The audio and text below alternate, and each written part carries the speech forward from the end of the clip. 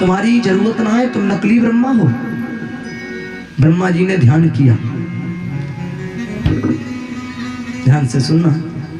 ब्रह्मा जी ने जब ध्यान किया तो ब्रह्मा जी ने देखा कि भगवान कृष्ण उनके सिंहासन पर नकली ब्रह्मा बन के बैठे हैं। समझ गए, तो हमारी परीक्षा लेवे आए। हमने इनके ग्वाल वालों को चुराया और इन्होंने साहब देखो खुद ब्रह्मा बन करके मेरे सिंहासन पर बैठ गए। खूब ब्रह्मा जी ने माफी भगवान से मांगी। एक बात कहूं, भगवान कृष्ण ने ब्रह्मा जी को माफ नहीं किया, परंतु कुछ लोग कहते हैं कि देवराज इंद्र को भगवान ने माफ कर दिया। ये क्यों?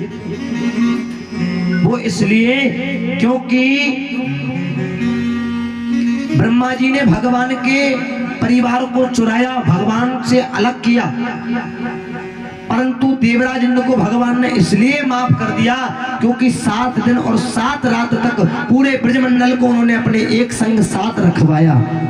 बिल्कुल चिपक करके रहे, प्रेम से प्रेम करते रहे, इसलिए देवराज इंद्र को भगवान ने माफ कर दिया। बोलना पड़ेगा राधे राधे। मैया को पता चला, मैया से भगवान एक दिन जिद करने लगे, मैया अब तो मैं खूब काफी बड़ो है गो, अब तो मुझको गैया चराने जानो। मैया बोली नाना अभी तू छोटो है, छोटे छोटे बछड़न ने ले जा, गैया मत ले जाइयो। वहां पे तो पे गैया समरेगी ना है, कोई भाग गई तो फिर तू पकड़ तो कहां डोले वो, इसे छोटे छोटे बछड़न ने ले जा। भगवान जिद करने लगे, नहीं नहीं एक दो गैया तो बड़ी बड़ी सी दे दो। यशोदा मैया ने दे दी और आज भगवान कृष्ण गैया चराने के लिए जा रहे हैं। अब ध्यान दें, भगवान जब कृष्ण गैया चराने के लिए गए तो उन्होंने इधर घास देखी तो ना घास दिखाई दी, बिल्कुल साफ मैदान। भगवान ने सोचा कि चलो नीर से जल पिलाए देते हैं गाय को। नीर बिल्कुल सूखा मिला। क्रोध आया तो मैया के पास आए और मैया से चिल्ला चिल्ला करके गा करके भगवान कृष्ण कह रहे हैं और बोल रहे हैं बड़े भाव से कि मैया आज तने मेरे संग ठीक ना कियो, आज तने मेरे संग गलत कियो। कहा है ओ अब ना चराऊं तेरी गैया जसोदा मैया। भगवान बोले मैया आज के बाद तेरी गैया ना चराऊंगा।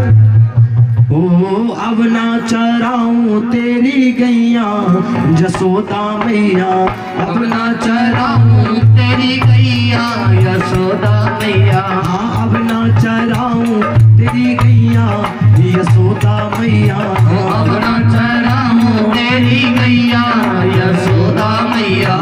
अब ना चराऊं रे, अब ना चराऊं, अब ना चराऊं प्यारे, अब ना चराऊं, अब ना चराऊं तेरी गैया यशोदा मैया, अब ना चराऊं तेरी गैया यशोदा मैया।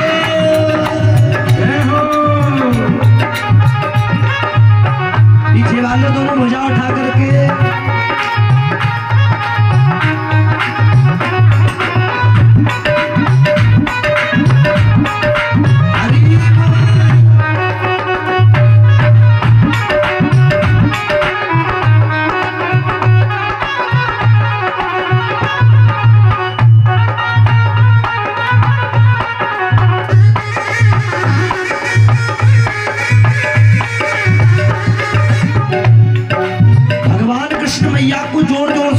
चिल्ला करके कह रहे हैं कि मैया आज के बाद तेरी गैया चराने के लिए नहीं जाऊंगा।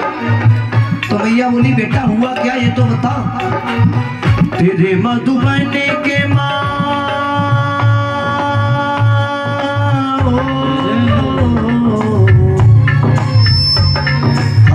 तेरे मधुबन के माँ नीर सूख गए, तेरे मधुबन के मैया नीर सूख गए, तेरे मधुबन के मैया नीर सूख गए, तेरे मधुबन के मैया नीर सूख गए, नीर सूख गए, हाँ नीर सूख गए, ओ नीर सूख गए, नीर सूख गए, नीर सूख गए, हो नीर सूख गए, नीर सूख गए, पानी सूख गए, ओ तेरे मधुबन की मैया नीर सूख गए, तेरे मधुबन के मैया नीर सूख गए, भैया नीर सूख गए। तो मैया बोले क्या हुआ? बोले प्यासन प्यासन मारेंगी तेरी गैया जसोदा मैया, अब ना चराऊं तेरी गैया यशोदा मैया, अब ना चराऊं तेरी गैया जसोदा मैया, अब ना चलाऊं तेरी गैया यशोदा मैया। जय जय।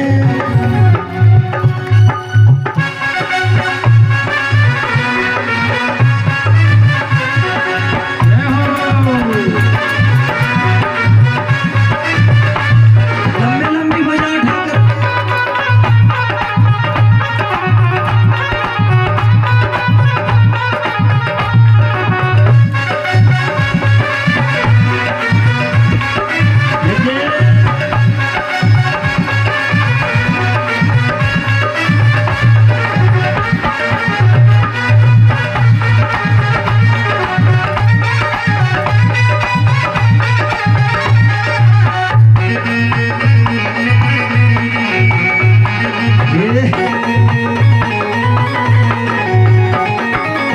अगली बात भगवान कहने लगे कि मैया तेरे मधुबन की माँ,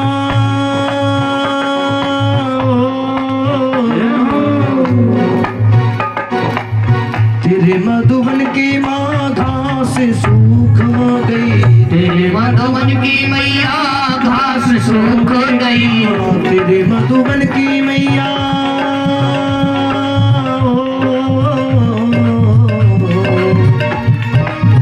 तेरे मधुबन की मैया घास सूख गई, तेरे मधुबन की मैया घास सूख गई, घास सूख गई, हाँ घास सूख गई, घास सूख गई, घास सूख गई, घास सूख गई, घास सूख गई, घास सूख गई, घास सूख गई, तेरे मधुबन की मैया घास सूख गई, तेरे मधुबन की मैया घास सूख गई, मैया तेरे मधुबन की घास सूख गई, इसलिए भूकन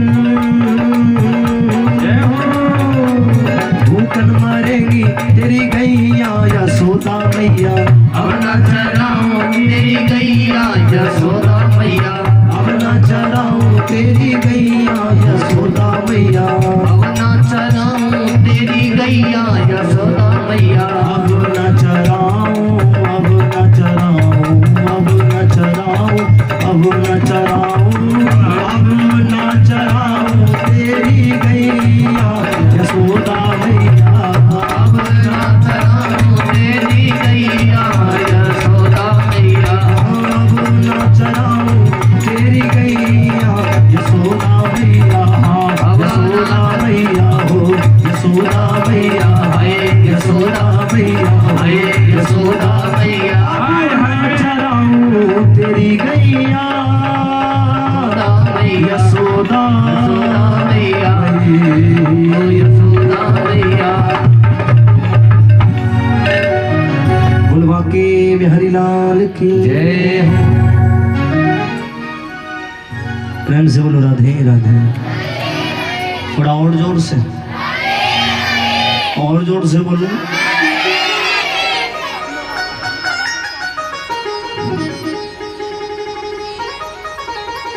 मेरे लाला ने मैया से कह दिया तेरी गैयाओं को चराना ही ना है, चाहे कुछ भी है जाए। कहा करूंगा गैया चरा करके। अब ध्यान से सुनना, भगवान ने ऐसा क्यों बोला? वो इसलिए क्योंकि जमुना जी में कालिया नाग रहता था और उस कालिया नाग ने पूरे जमुना जी में विष ही विष फैला रखा था। अब यदि उस विष को गाय पीती तो गाय तो मर जाती। देखिए विष को भोले बाबा के अलावा कोई भी नहीं पी सकता, कोई भी नहीं, तो गाय कैसे पी जाती। सुखदेव जी कहने लगे कि राजन अब देखो सबसे निराली बात, एक बात बताऊं आप सबको, ध्यान से सुनना, ध्यान से सुनोगे तो समझ में आएगा और नहीं सुनोगे तो नहीं आएगा। एक जगह एक संत महात्मा का नियम था कि जिस घर में कोई व्यक्ति कभी झूठ नहीं बोलता था वो उसी घर में भोजन किया करते थे। एक छोटे से गांव में वो गए तो उन्होंने लोगों से पूछा कि भैया यहाँ पे कोई ऐसा व्यक्ति है जो आज तक कभी झूठ ना बोला हो। गांव के लोग बोले हाँ हाँ महाराज एक ऐसा व्यक्ति है। कौन है वो? बोले हमारे पड़ोस के एक सेठ जी हैं, वो आज तक कभी झूठ नहीं बोले। अच्छा, बोले हाँ। तो फिर बोले चलो हमें उन सेठ जी के यहाँ छोड़ करके आओ। अच्छा, सेठ जी का पूरा बायोडाटा पहले ही ले लियो संत महात्मा ने। पहले पूछ लिया कि सेठ जी के बेटा कितने? बोले 4। सेठ जी की उम्र कितनी है? बोले 80 वर्ष। सेठ जी की जगह मगे कितनी है? बोले खूब 17-18 मकान बने पड़े हैं।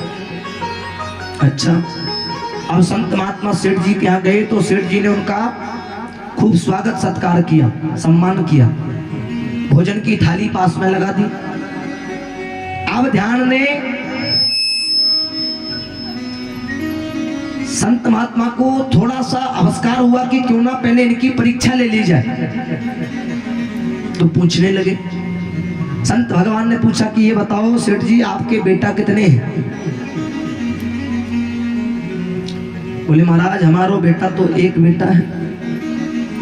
संत महात्मा को गुस्सा आई कि बाहर तो बता रहे थे 4 बेटा, यूं बता रहा हूं एक बेटा, ही तो झूठ बोले।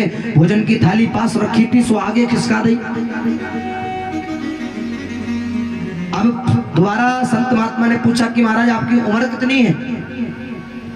बोले हमारी उम्र तो साहब लगभग 20 वर्ष की है। 20 वर्ष की है?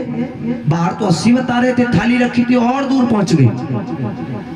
बोले अच्छा यही बता दो तुम्हारी जगह मगह कितनी है? बोले बस हमारे 3 मकान बने पड़े हैं बस।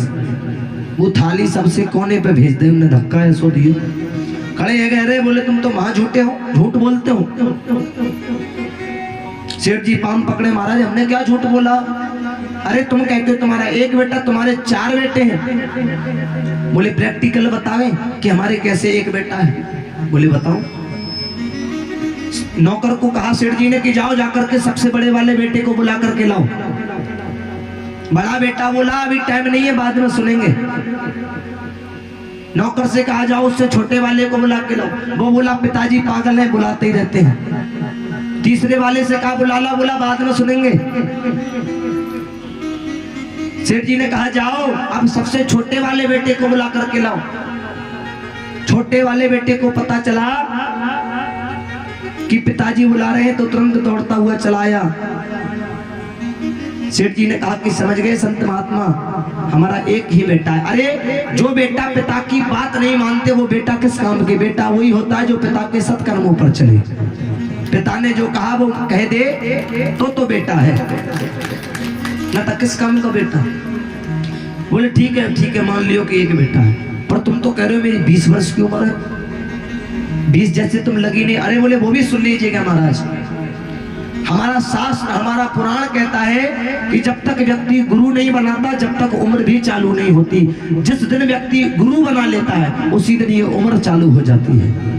महाराज जब मैं 60 वर्ष का था ना, जब मैंने गुरु बनाया था, और सबसे पहले अब तक गुरु बनाए हुए केवल मुझे 20 साल हुए, इसलिए मेरी उम्र भी केवल 20 साल की है। चलो बोले माना तीसरी बात, बोले तुम कहते हो कि तुम्हारे 3 मकान है और लोग वाक कहते तुम्हारे 12-13 मकान है। बोले वो भी सुन लीजिए। बोले कैसे? बोले एक जगह तो मैंने भगवान का भंडारा खुलवा रखा है, एक जगह हॉस्पिटल खुलवा रखा है, और एक जगह भगवान स्वरूप जैसे हमने भगवान का मंदिर बनवा रखा है। हो गई ना 3 जगह। एक जगह भंडारा, एक जगह हॉस्पिटल और एक जगह भगवान का मंदिर बनवा रखा है। अब बताइए इसके अलावा मेरा और कुछ भी नहीं है। 3 ही मंदिर है, 3 ही मकान है। तुरंत संत महात्मा माफी मांगने लगे। अहो भाग्यम क्षमा बख्शो, गलती हो गई, पहचानने में भूल हो गई। भोजन पाया ग्रहण पर। कहने का तात्पर्य है आपकी उम्र जब ही चालू होगी जब आप गुरु बना लोगे, अथवा जब तक जिस व्यक्ति का गुरु नहीं तो वो आज्ञाकारी भी नहीं।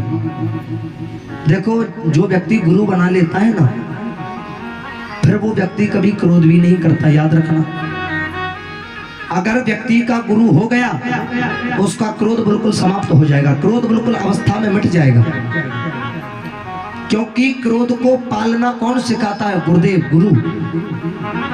जिस व्यक्ति को क्रोध आता हो, यदि अगर उसके गुरु हो तो गुरु जी उस क्रोध को शांत कर देते हैं, शिक्षा भी देते हैं, सही मार्ग पर भी चलाते हैं।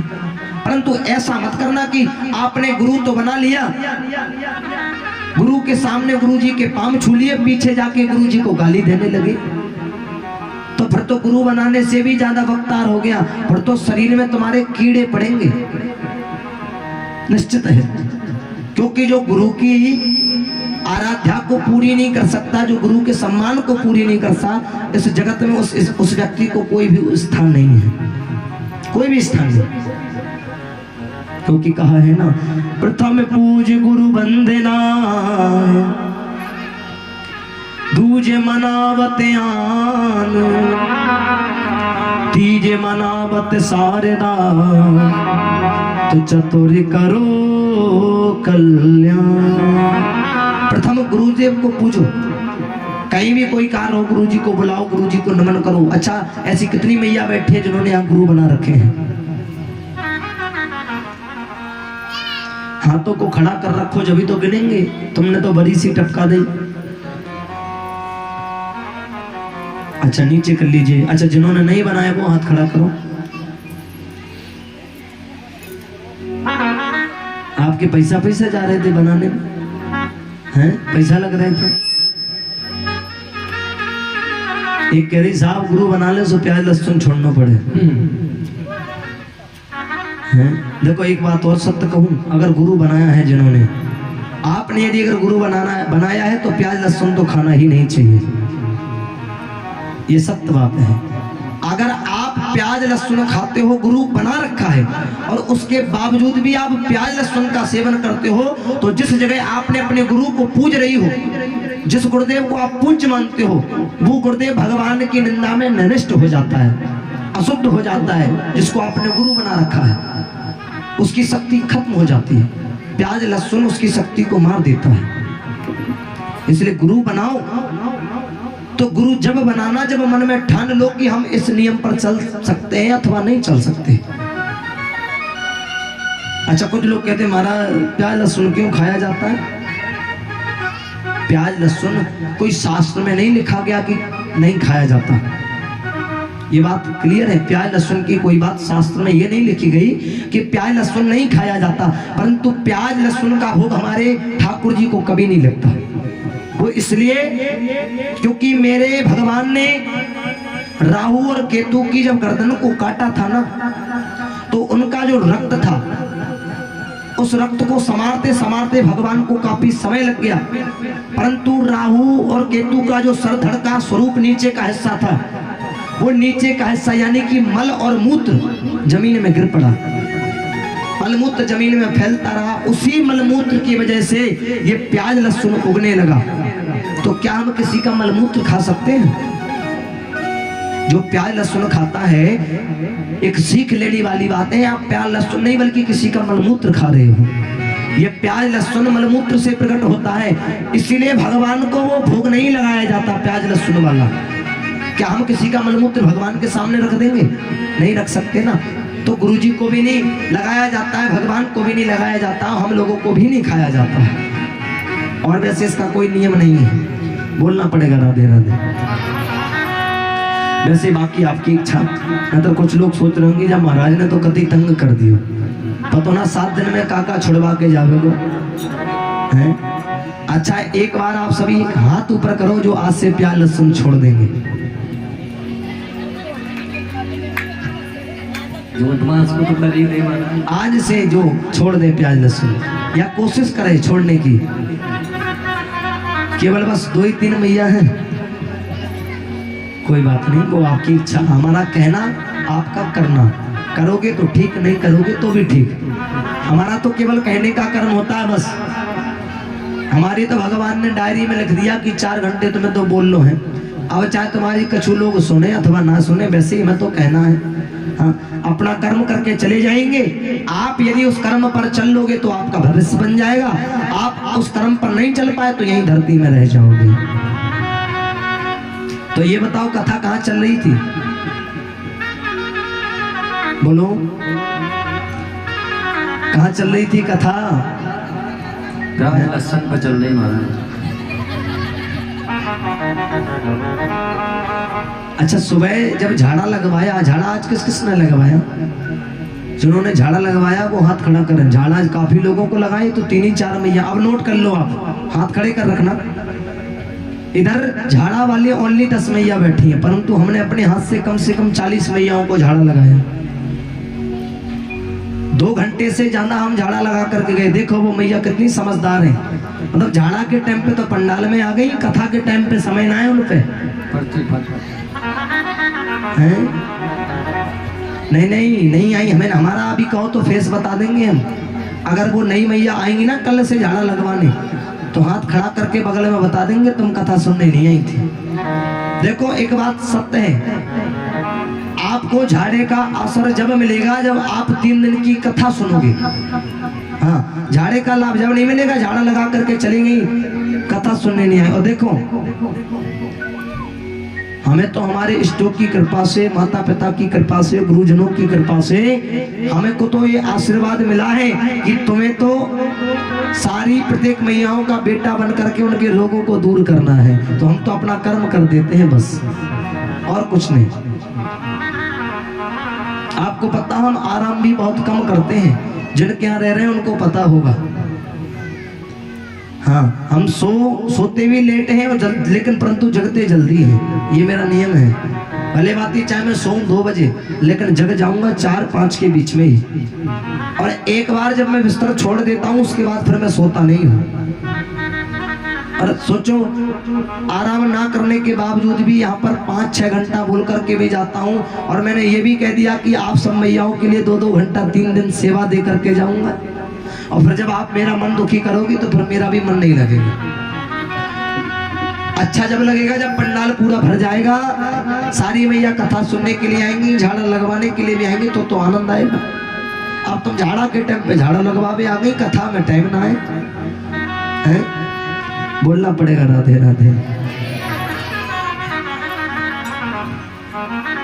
आज भगवान एक और अद्भुत लीला करने के लिए जा रहे हैं। भगवान ने सोचा कि देखो आज अपने प्रत्येक मित्रों को लेकर के जो है काली नहर पर चलते हैं।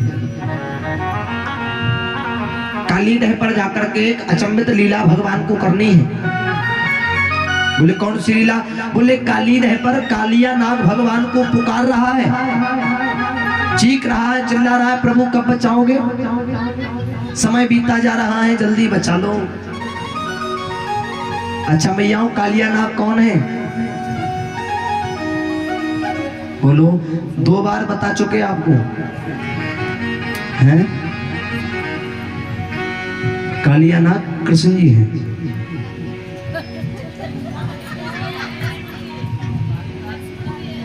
कौन है? थोड़ा सा जोर से बोलो। हैं? नहीं, वो तो हमें भी पता कालिया नाग कृष्ण नहीं है। वो तो सामने से इन्होंने प्रश्न किया, इसलिए कह रही, एक मैया कह रही कि कालिया नाग कृष्ण है। ऐसा हमने नहीं बोला। देखिए कालिया नाग कौन है? कालिया नाग भगवान शंकर हैं और कालिया नाग भगवान अश्वत्थामा का रूप है। आपको 2 बार बता चुके, 3री बार बता रहा हूँ। अब देखो दादाजी को लगो कि हम कह रहे हैं, इसलिए जी हम पे भड़क पड़े उल्टे। बोले ये कह रहे हैं कालिया नाग भगवान कृष्ण है। जब देवताओं की सभा हुई थी, भगवान की मीटिंग हुई थी ना, तो उस समय भगवान ने सबको कुछ ना कुछ काम सौंप दिया। बच्चे शंकर जी, अब जितना गंदा गंदा काम बचा था तो शंकर जी के पास बचा। तो शंकर जी बोले प्रभु तुमने तो अच्छो काम ले लियो, हम पे बुरो काम करवाओगे? भगवान बोले चिंता मत करो, तुम्हारे केवल 2 ही काम है। बोले कौन से? बोले एक तो तुम्हें अश्वत्थामा बन के द्रौपदी के बेटों को मारने के लिए जाना है, और एक कालिया नाग बन करके जमुना जी में विष फैला देना है। चिंता मत करना, दोनों अवतारों में हम स्वयं तुम्हें अपने हाथों से मुक्ति दिलाने के लिए आएंगे। भगवान कालिया नाग को भगवान कृष्ण स्वरूप की मुक्ति मिली है। आज भगवान काली देह पर कालिया नाग को मुक्ति देने के लिए जा रहे हैं। भगवान ने सोचा कैसे जाया जाए, कैसे जाया जाए। प्रत्येक ग्वाल वालों को लेकर के भगवान पहुंचे। आज गेंद बल्ला खेलने के लिए जा रहे हैं भगवान। अच्छा, आजकल के बच्चों से पूछा जाए या आजकल के लोगों से पूछा जाए कि ये जो गेंद बल्ला का नियम है ये कहां से प्रारंभ हुआ, तो वो लोग कहते हैं ऑस्ट्रेलिया से हुआ, कोई कहता है इंग्लैंड से हुआ। परंतु जो गेंद बल्ला का ये उपयोग है, गेंद बल्ला जो खेला जाता है, क्रिकेट खेला जाता है, ये काली देह से प्रारंभ हुआ। कहां से? काली देह से। इसलिए क्योंकि काली देह पर सबसे पहले मेरे प्रभु ने गेंद बल्ला खेले थे, इसलिए बच्चे खेलते हैं। आए भगवान किस प्रकार झूम करके काली देह पर जा रहे हैं। हम और आप भी मीठी मीठी ताली सेवा लेते हुए काली देह पर कौन कौन चलेगा? सबको चलना है। आए भाव से काली देह पर चलते हैं। 1200 कन्हैया और मेरा प्यारो 100 कन्हैया, और काली देह पे खेलन आजोरी मेरो 1200 कन्हैया। अच्छा, ये भजन किन किन को याद है? उठाना हाथ ऊंचे ऊंचे। और बाकी भैया का नाम है भैया, हमारे यहाँ तो छोटे छोटे बच्चा नाम है।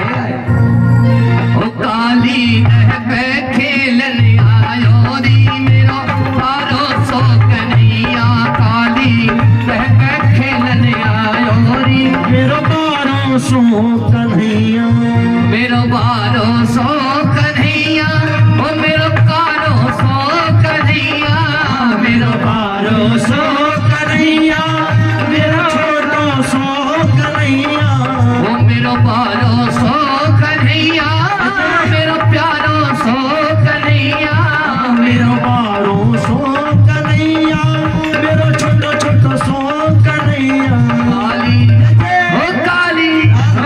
काली देह पे खेलन आयो री मेरो 1200 कन्हैया, काली देह पे खेलन आयो री मेरो 1200 कन्हैया।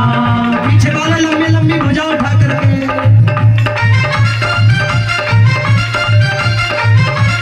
हरि बोल।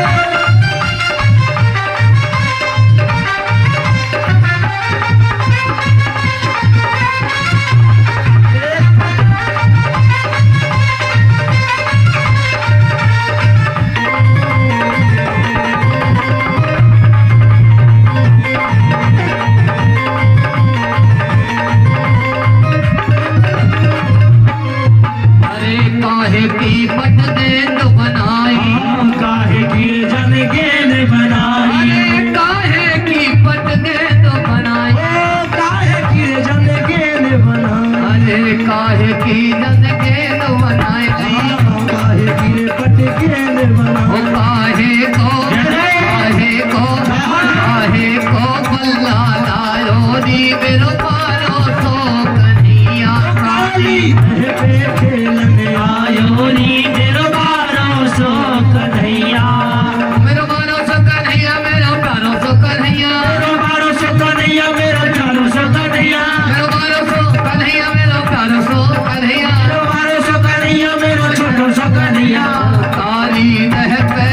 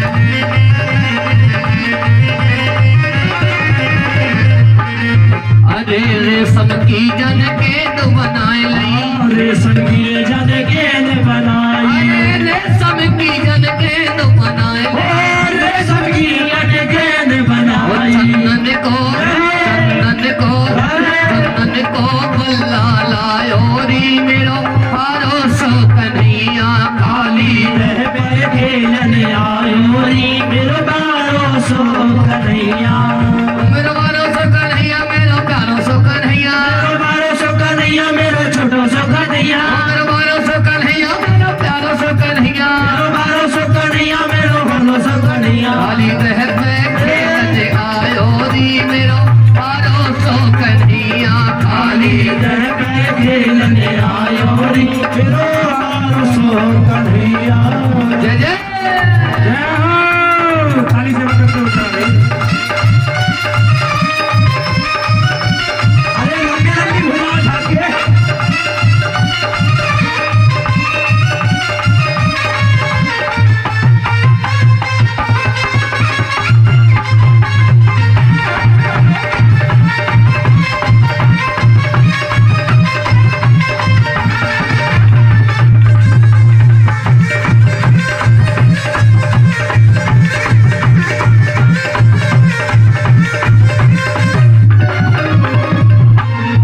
अरे नाग नाग जगाए दे अपना, नाग नाग जगाए दे अपना, अरे नाग नाग जगाए दे अपना, नाग नाग जगाए दे अपना, अरे नाग नाग जगाए दे अपना, नाग नाग जगाए दे ओ मैं तो भाई की, मैं तो भाई की, मैं तो भाई की खातिर आयो नी मेरो पारो सो कन्हैया काली। कर खेलने आयो री मेरो बारो सो कन्हैया। ओ मेरो बारो सो कन्हैया, मेरो छोटो सो कन्हैया, मेरो बारो सो कन्हैया, मेरो हलो सो कन्हैया, मेरो बारो सो कन्हैया, मेरो प्यारो सो कन्हैया, मेरो बारो सो कन्हैया, मेरो प्यारो सो कन्हैया। काली गहरे खेलने आयो री मेरो पारो सो कन्हैया काली। गहरे खेलने आयो री मेरो बारो सो कन्हैया। जय जय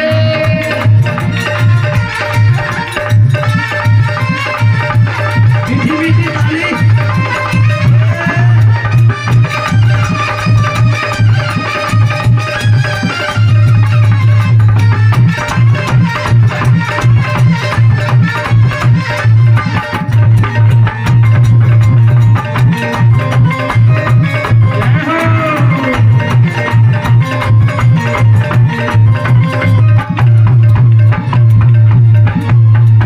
युद्ध दोनों में भारी भयो, युद्ध दोनों में भारी, भयो युद्ध दोनों में भारी, अरे भयो युद्ध दोनों में भारी, भयो युद्ध दोनों में भारी, अरे भयो युद्ध दोनों में भारी, भयो युद्ध दोनों में भारी। और अंत में, हाँ अंत में, अरे अंत में नाग हरायो री मेरो पारो सो कन्हैया काली। कर खेलने आयो री मेरो बारो सो कन्हैया।